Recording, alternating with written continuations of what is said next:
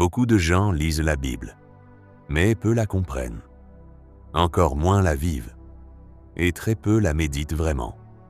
C'est pour ça que beaucoup disent « je lis », mais je ne retiens rien. Je lis, mais je n'entends pas Dieu. Je lis, mais ma vie ne change pas. Si toi aussi tu te reconnais là-dedans, reste jusqu'à la fin. Ce que tu vas entendre maintenant peut devenir le tournant de ta marche avec Dieu. D'ailleurs, avant qu'on commence, laisse un commentaire maintenant pour dire « Je veux méditer la parole de Dieu comme jamais auparavant » ou écris « Amen ». Abonne-toi et like cette vidéo pour encourager d'autres personnes à grandir spirituellement. Parce que cette vidéo peut bénir une vie. Avant de continuer, j'aimerais te poser cette question. Pourquoi tu lis la Bible mais tu ne comprends pas? La première raison, c'est que la Bible n'est pas un livre ordinaire. C'est un livre spirituel. Et Dieu l'a dit dans 1 Corinthiens 2,14, « L'homme naturel ne reçoit pas les choses de l'Esprit de Dieu, car elles sont une folie pour lui. » Ça signifie, si ton esprit n'est pas connecté à Dieu, tu peux lire la Bible comme un roman sans rien comprendre. Beaucoup lisent tous avec leur raison, pas avec leur esprit. Deuxième raison, tu lis trop vite. Tu lis pour finir le chapitre, pas pour laisser la parole t'envahir. Troisième raison, tu lis sans prière, sans demander le Saint-Esprit. Qu'est-ce que la méditation biblique? La méditation, ce n'est pas fermer les yeux et croiser les jambes. Dans la Bible, méditer signifie penser profondément à la parole, la murmurer, la répéter, l'imaginer, la ruminer comme une nourriture spirituelle. Dieu a dit dans Josué 1,8 que ce livre de la loi ne s'éloigne point de ta bouche, médite-le jour et nuit.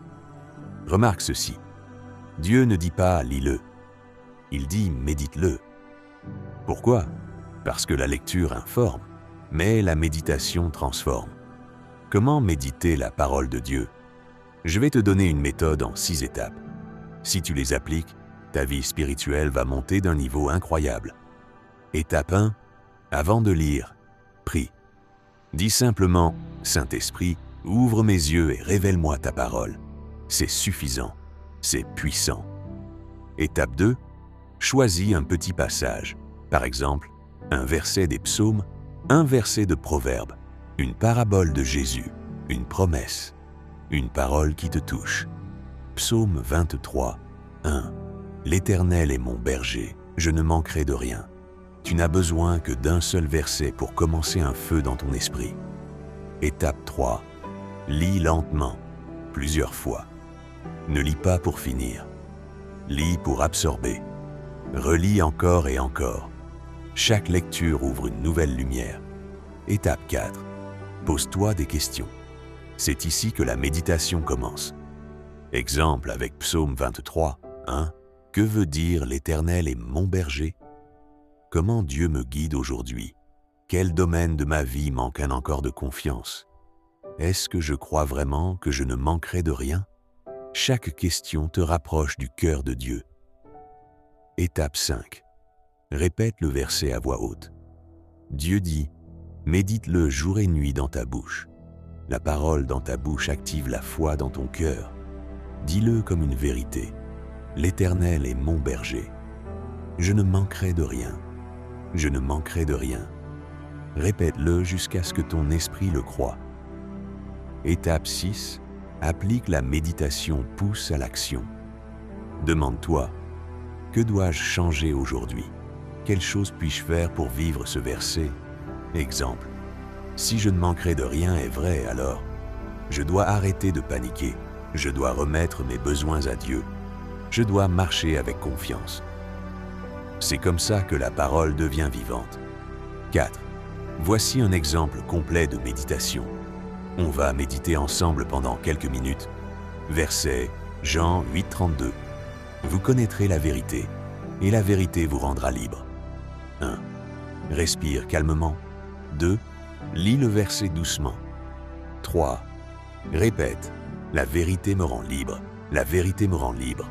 4. Réfléchis. De quoi ai-je besoin d'être libéré? Quel mensonge gouverne ma vie? Quelle vérité Dieu veut me révéler? 5. Parle à Dieu. Seigneur, montre-moi la vérité qui me libère. Tu viens de méditer. Simple, puissant, transformateur. 5. Les erreurs qui t'empêchent de comprendre la Bible. Erreur 1. Lire sans prière. Erreur 2. Lire trop vite. Erreur 3. Lire par obligation. Erreur 4. Lire sans noter. Erreur 5. Lire sans appliquer. Erreur 6. Lire avec un cœur distrait. Erreur 7. Lire sans demander l'aide du Saint-Esprit. 6. Pourquoi la méditation transforme la vie? Parce qu'elle renouvelle ton intelligence. Romains 12. 2. Renforce ta foi. Romains 10. 17. Te donne la paix intérieure. Te libère des peurs. Te rapproche de Dieu. Te donne la sagesse. Te révèle la volonté de Dieu. Te fortifie spirituellement.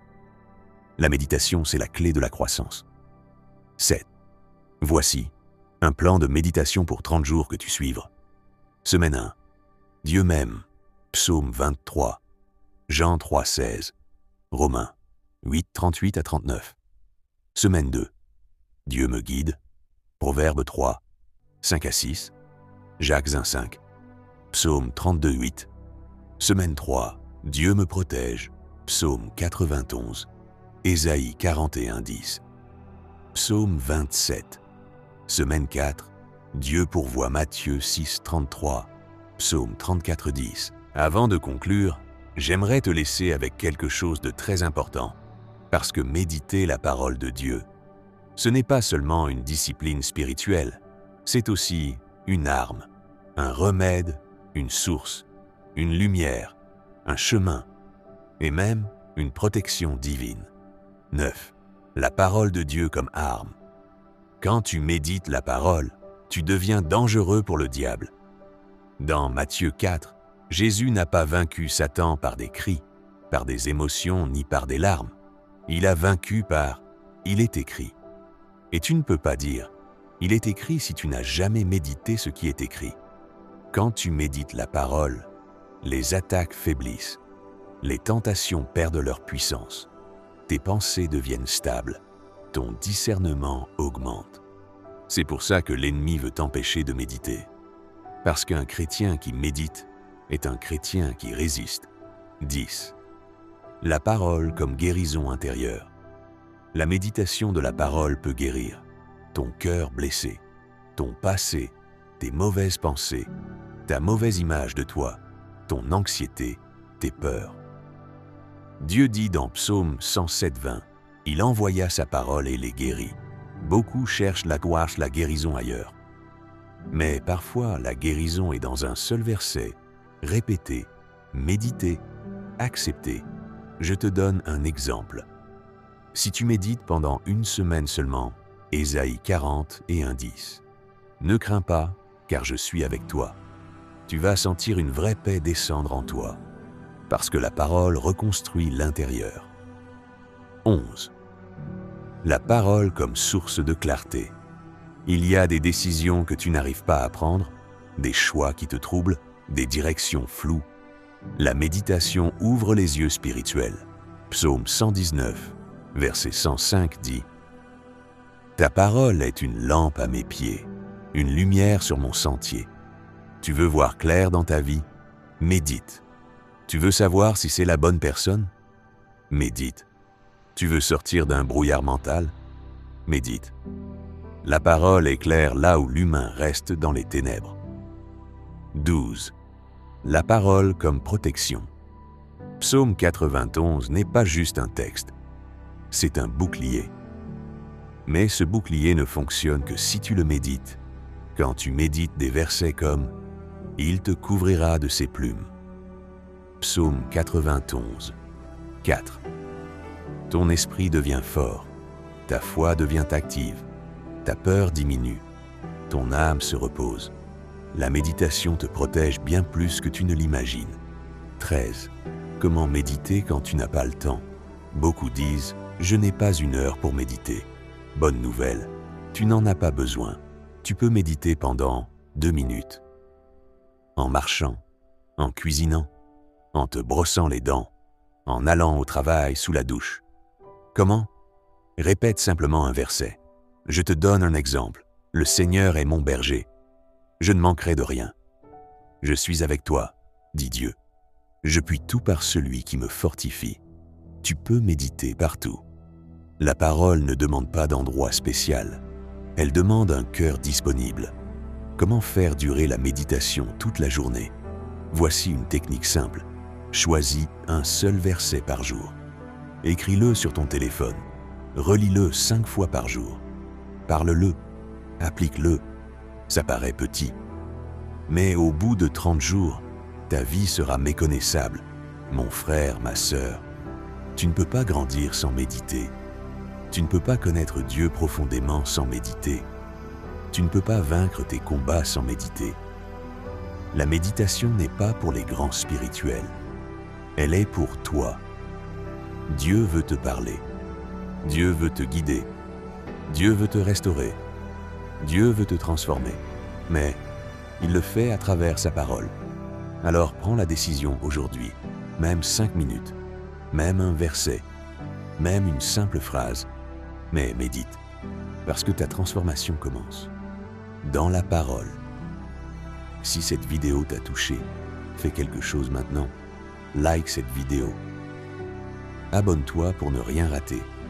Et écris en commentaire, Seigneur, donne-moi la soif de ta parole.